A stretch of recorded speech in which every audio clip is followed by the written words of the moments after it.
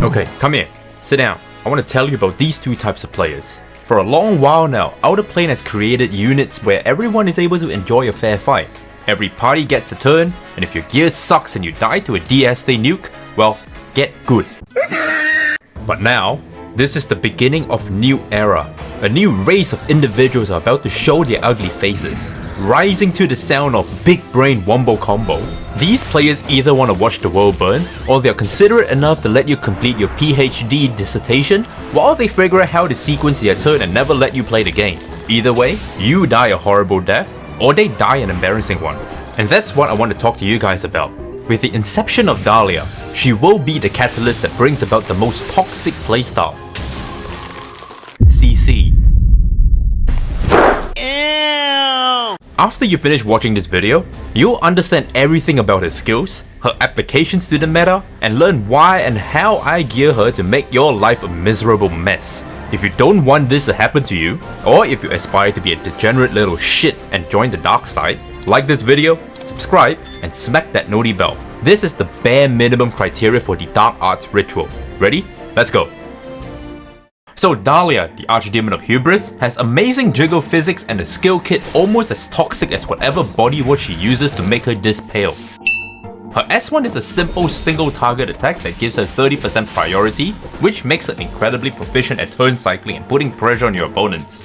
Put pressure how, you might ask? That pressure comes from her S2 and S3. Her S2 strips 2 buffs from all enemies and does more damage to frozen units. Bear in mind, her burst is ridiculously cheap, and if she bursts too, then this skill AoE strips and freezes. Her S3 on the other hand is the entire reason she will bring the rise of CC as a playstyle. Basically, she AoE freezes and puts speed down on you, which brings me directly to the next segment of the video.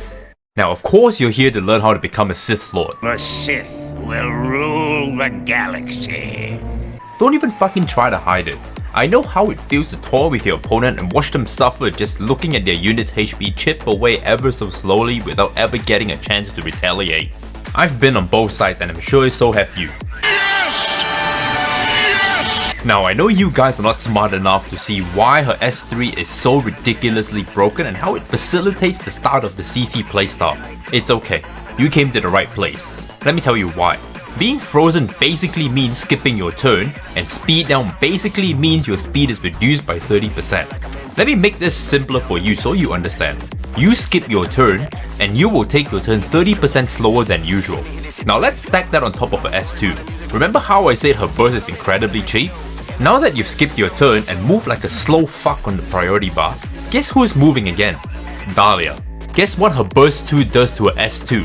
Freeze you again. Yup. You have officially skipped 2 turns. Bet you're itching to press something now, don't you? Another way you could play Dahlia is as a stripper. In case you weren't aware, she has the same EE as Alice, which gives her speed up at the start of combat. That already makes her artificially one of the fastest units in the game. What you could do is to use it as a stripper in order to enable your other CC units to do their job, like for instance, I don't know, that Nikke wannabe irregular hunter, or you know, that Gamba Queen who priority pushes back, or maybe that happy-go-lucky Ghostbuster who puts defense down and unbuffable, nulling majority of the unit skills in this game useless.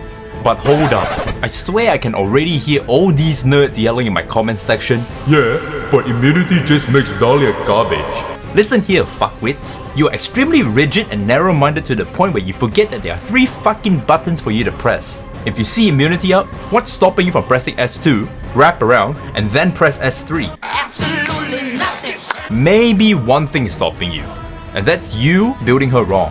So let's talk about that. For starters, I'm not gonna talk about her armor, because it's a no-brainer. Run speed set on her. There's almost no reason for you to run immunity set on her because she's gonna take the first turn regardless and waste immunity anyway. So let's talk about her weapons and necklace.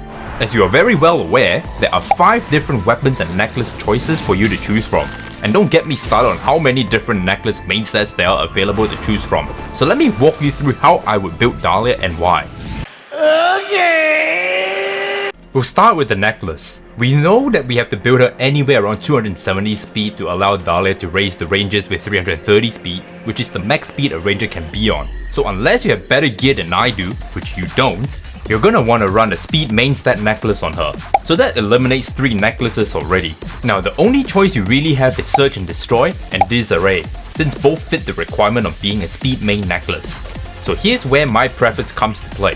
If you choose to use Search and Destroy, which I'm sure most of you only have access to this piece because you're too lazy to farm the other piece, then you want to think in terms of how being able to crit can synergize with your team building.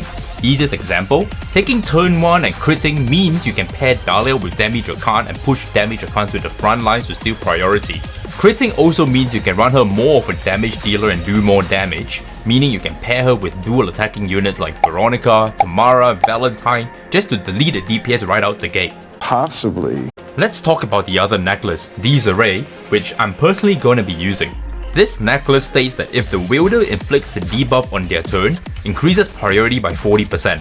Let me read it again in case you didn't hear me.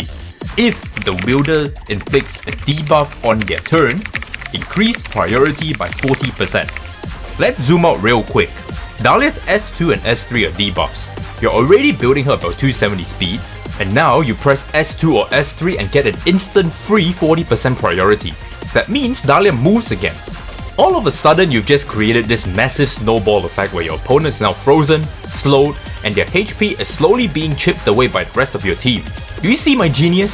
See where I'm going with it? Okay, maybe not, but that's because I haven't talked about her weapon of choice. Let's get to it.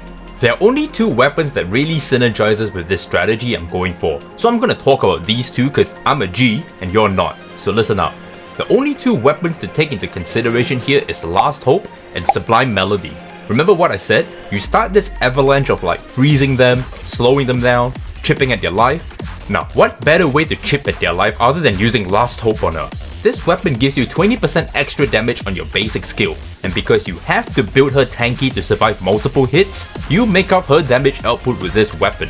Genius! But wait! There's more! I did promise you the dark arts, and this involves using Sublime Melody. Why? Because this weapon gives you a 30% chance to stun a unit when attacking a single target. Guess what's a single target? Dahlia's S1. Now instead of having 2 turns of cooldown where you're just doing damage, you've introduced a stun aspect to Dahlia. Let's take the best case scenario and say you proc every turn. Now you're freezing, slowing them down, and stunning them. Bro, you are not moving. Get out of my game.